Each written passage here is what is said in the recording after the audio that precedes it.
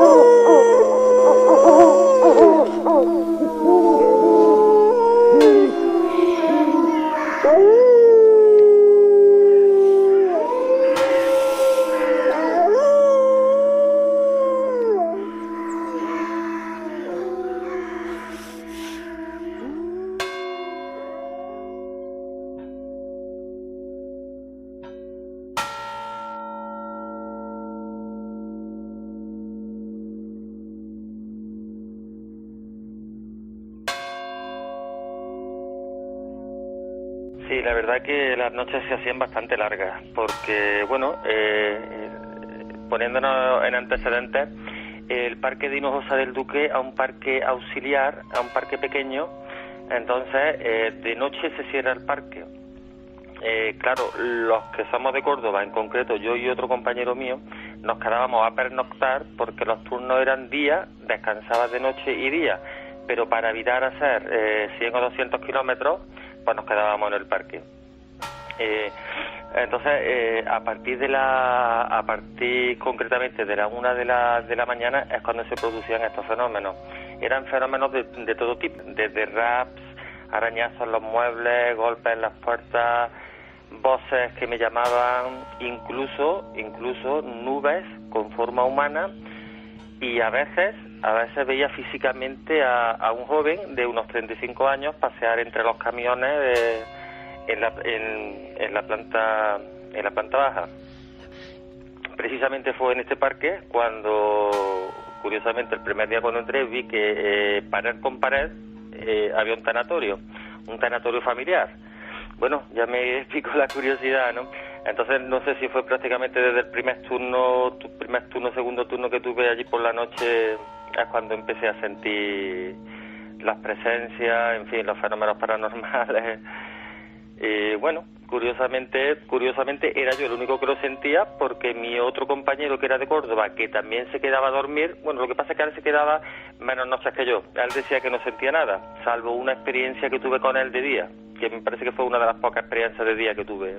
Él dormía tranquilamente, yo le comentaba si de vez en cuando si a él le pasaba, si a él había escuchado algo, pero bueno, hay personas que son un poquito más reacias a estos fenómenos y quizás pues por eso mismo pues tampoco se le presentan estos fenómenos. Estuve allí casi 4 años en el parque, bueno, no sé, no me acuerdo exactamente el tiempo que estuve, y al final ya no tenía miedo, al final lo veía como una cosa rutinaria. Curiosamente, en la planta de arriba, que era donde se descansaba, tenía la sala con el teléfono, en fin, y donde solía pasar yo la noche allí.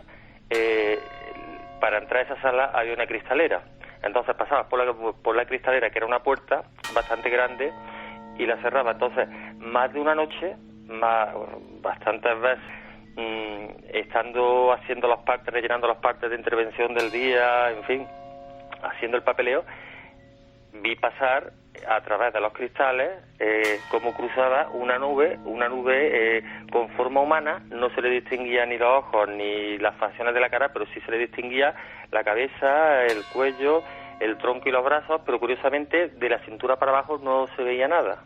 Cuando me veía un poquito más nervioso de la cuenta, pues bajaba abajo o me salía fuera del parque y luego volvía a subir y ya está. Lo vi perfectamente. Además, curiosamente, esa experiencia la compartí con un compañero. Lo que pasa es que él no lo vio, él estaba en la planta de arriba.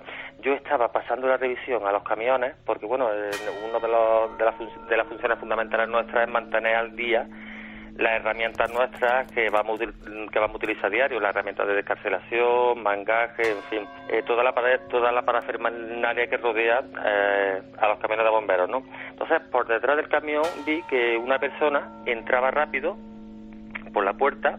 Curiosamente no sonó la alarma que tenemos puesta porque hay un sensor. Nosotros allí teníamos un sensor que cuando entraba alguien sonaba ese sensor.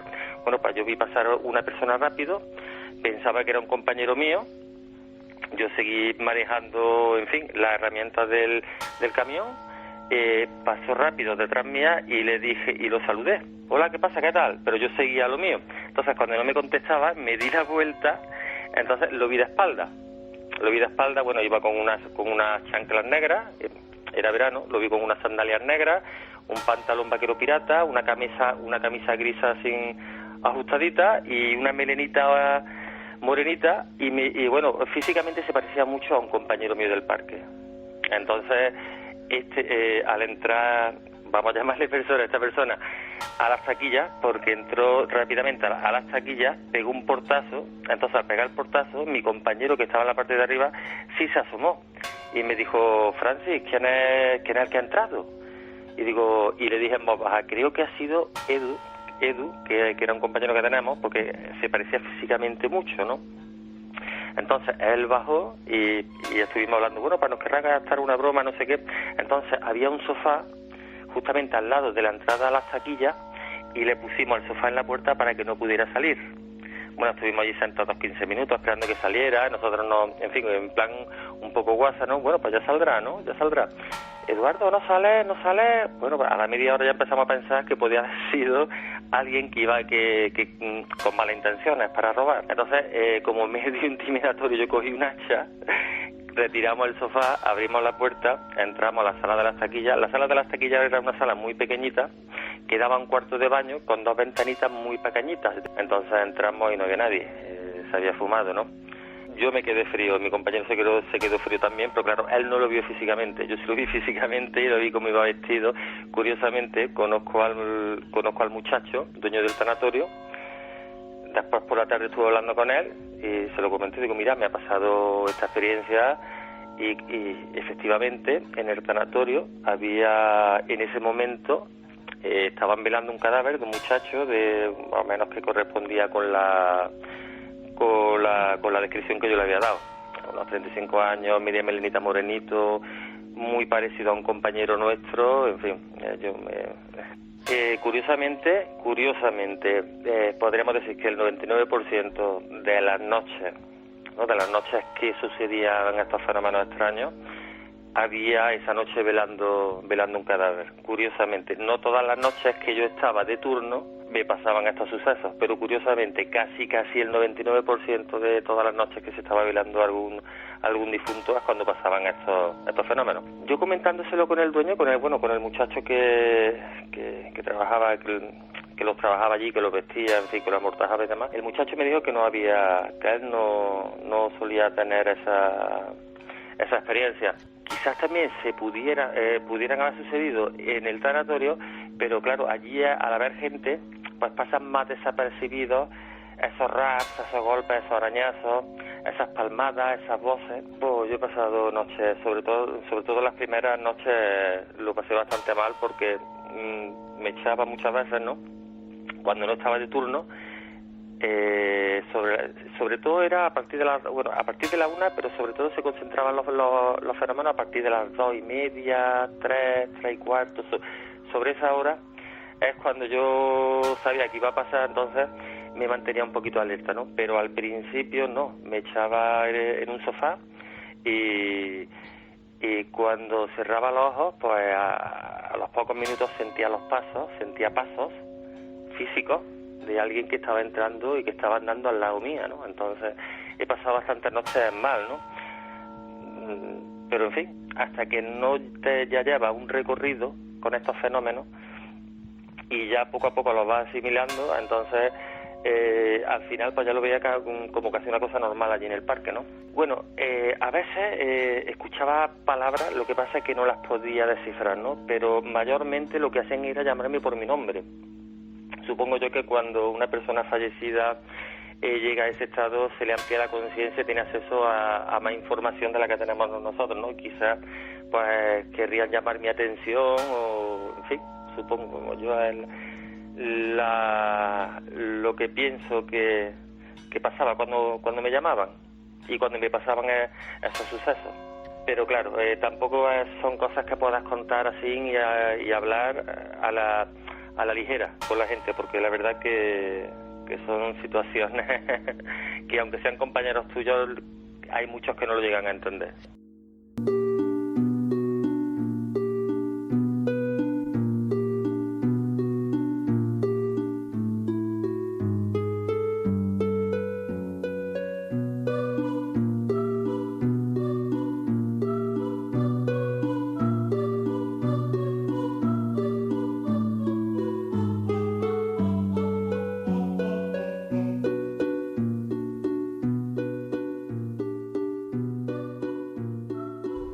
Hicimos una sesión de Ouija y nos salió una entidad que dijo que nos conocía.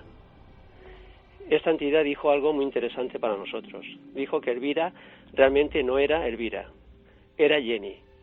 Cuando le preguntamos que quién era Jenny, nos dijo que Jenny era María Eugenia. Entonces yo miré a mi novia en esa época y vi que se estaba poniendo roja, amarilla, verde y de todos los colores. ¿Qué es lo que pasaba? Pues que Elvira justamente es melliza de otra hermana suya que justamente le pusieron el nombre de María Eugenia. Claro, había una posibilidad, la posibilidad de que la muerta realmente, porque luego su hermana gemela a los pocos días murió, que la muerta hubiera sido Elvira y no María Eugenia, o sea que María Eugenia viviera. Bien, pues yo le dije, cuando Elvira me contó este dato que yo no sabía, yo le dije que no se preocupara porque en las sesiones de Ouija a veces salían entidades burlonas que nos pueden decir, pues entre otras cosas, muchas tonterías. Ella, no obstante, cuando llegó a su casa, francamente preocupada, habló con su madre y su madre dijo, tú no tienes por qué preocuparte, Elvira, porque yo estoy convencida de la que vive eres tú, la que vivía era Elvira y la que murió fue tu hermana María Eugenia. Bien, pues así quedó la cosa. ¿Qué ocurrió? Pues al cabo de unos cuantos años, cuando fuimos a casarnos y pedimos nuestras respectivas partidas de nacimiento, ella, cuando recibió su partida de nacimiento de un pueblo de Cuenca, pues resulta que en esa partida de nacimiento la única persona viva que constaba era María Eugenia.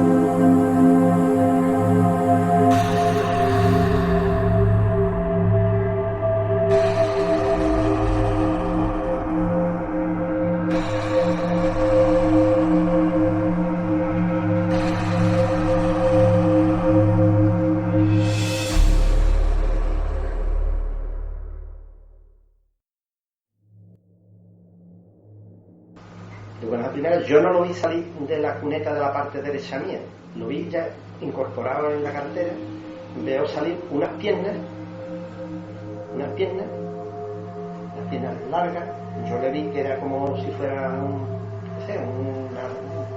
si fuera un pantalón negro, azul marino o algo así, unas piernas, y atravesarse la carretera hacia la parte izquierda, hacia la parte mía. Yo me sorprendió porque vi solamente unas piernas. Miro a la izquierda, a la cuneta, y yo no vi nada. En ese momento mi mujer me dice: Pepe, ¿tú has visto lo mismo que yo? Digo: ¿cómo? ¿Es que he visto lo mismo que tú? ¿Tú qué lo has visto?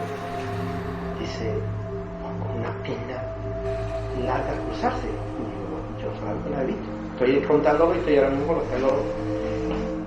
Pues sería sobre las 6:15, 6:20 de la mañana. Y íbamos para trabajar, íbamos 5 personas en un coche, y vi como una persona venía andando por la carretera en sentido contrario. Y al volver a mirar, al decir ¿dónde irá tan de noche?, solo vi las piernas, y ya al volver la cara ya no vimos más nada. Y se me quedó la impresión de unas piernas. Sí, aproximadamente los 7 años por ahí, sí. Veníamos de Lora hacia Carmona, y ya serían las 11:30 de la noche, aproximadamente. Cuando salimos de Lora hacia Carmona ya, y pasando la curva aquella donde está, bueno, el camino del judío, que sube para arriba. Y entonces, claro, yo llegué a la curva aquella, le puse la luz corta. Y entonces, pues, de verdad, mi mujer empezó a chillar, que lo pilla, y vi, sobre ya medio la carretera, hacia la parte de mi izquierda, pues vimos cruzar una pierna. Era un blanquecino, una cosa blanquecina, blanca, pero que había entre medias una cosa también oscura. Entonces pegué un frenazo con el coche. Cuando yo ya le eché la luz larga, pues yo ya la verdad no vi más nada. Se cruzó delante de nosotros, sería 3 metros por ahí. Y yo, Fernando, que lo pillas.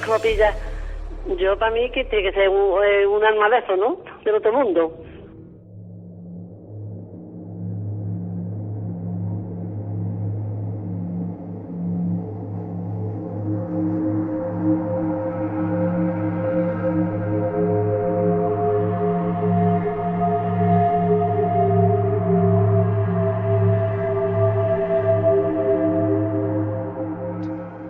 Conocimos a una señora en Alicante porque resulta que su hijo, un hijo a la que ella quería mucho, llamado José Jaime, había muerto en un accidente de tráfico.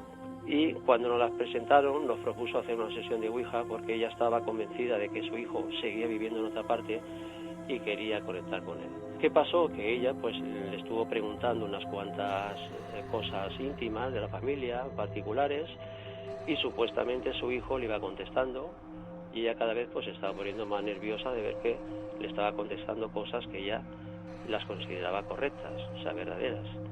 Pero constantemente le estaba diciendo: José Jaime, hijo mío, dame una prueba definitiva de que eres tú, de que tú estás aquí. Dame una prueba, así con voz un poquito entrecortada y entre suspiros, sollozos, etcétera. Y recuerdo que pasó una cosa escalofriante. Yo le había dicho que para mayor afinidad nos sacara una foto de su hijo José Jaime, una foto bastante grande con un marco bonito, y la tenemos apoyada allí en la mesa. Estaba fuera del tablero de Ouija, pero para que todo el mundo viera la foto de ese chico y pudiéramos concentrarnos en él. Pues bien, lo que pasó es que hubo un cierto momento en que se hizo un silencio increíble, y el vasito, cuando nadie no lo podíamos esperar, se desplazó por el aire y se estrelló contra la foto de José Jaime, del hijo de la señora esta. Se cayó el cuadro, no se rompió el cristal, pero prácticamente se quedó un poquito desencajado el marco. Bueno, esto he sacado a colación este caso para terminar diciendo lo siguiente. Esa teoría que existe de que el vaso se mueve mediante microimpulsos, bien de la medium o de alguno de los participantes, no siempre es así. Hay veces que el vaso se mueve con tal velocidad lineal, con tal velocidad angular a veces, dando vueltas, que los dedos y la mano pierden contacto con el vaso. Ahí no puede haber microimpulsos de nadie.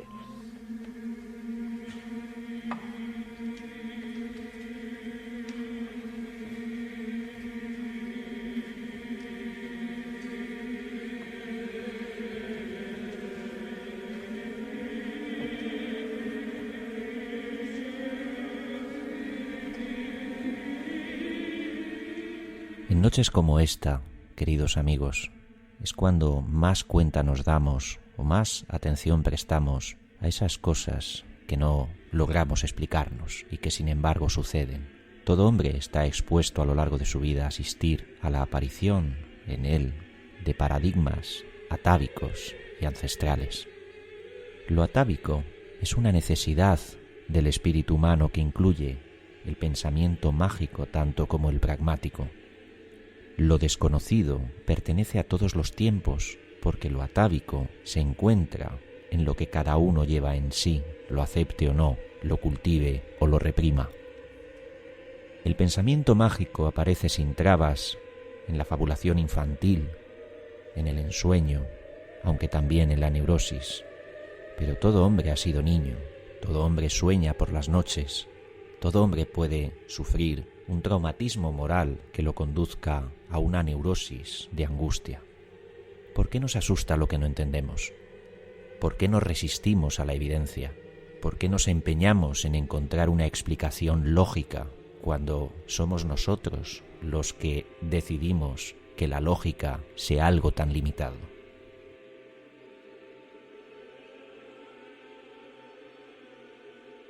Se nos olvida demasiado a menudo que tanto la credulidad como el escepticismo perjudican la objetividad, y lo objetivo, amigos, es que los testimonios que hemos escuchado esta noche son reales.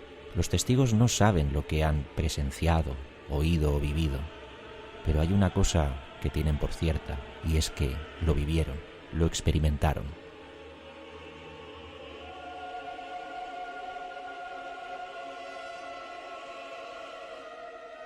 Pero ¿por qué tenemos que buscarle una explicación? ¿Por qué, repito, nos da tanto miedo lo que no entendemos? ¿Por qué lo contemplamos con temor y con desconfianza en lugar de disfrutarlo con curiosidad? ¿Por qué? ¿Por qué afloran miedos a lo desconocido en noches como esta? ¿Por qué se nos olvida tan a menudo que todo tiene, igual que un lado oculto, un anverso luminoso? Que las campanas a muerto que abrían el programa son las mismas que pueden anunciar la llegada al mundo de un bebé. Que las campanas que desde hace centurias cierran los días en los pueblos son las que inauguran el alba cada mañana. Don Francisco Cea era un poeta del siglo XIX que escribió una bella composición refiriéndose a las campanas. Bendito seas, Dios bueno, que en tu saber insondable hiciste el alba tan bella, tan misteriosa la tarde. ¿Por qué nos empeñamos en separar lo bello de lo misterioso? ¿Cuál es la relación entre lo que percibimos y lo que sucede? Y sobre todo, ¿qué más da? No le temáis a la noche, ni a la oscuridad, ni a las tumbas, ni a la muerte. Pensad que antes o después todos formaréis parte de ellas. Hasta el próximo programa, amigos. Adiós.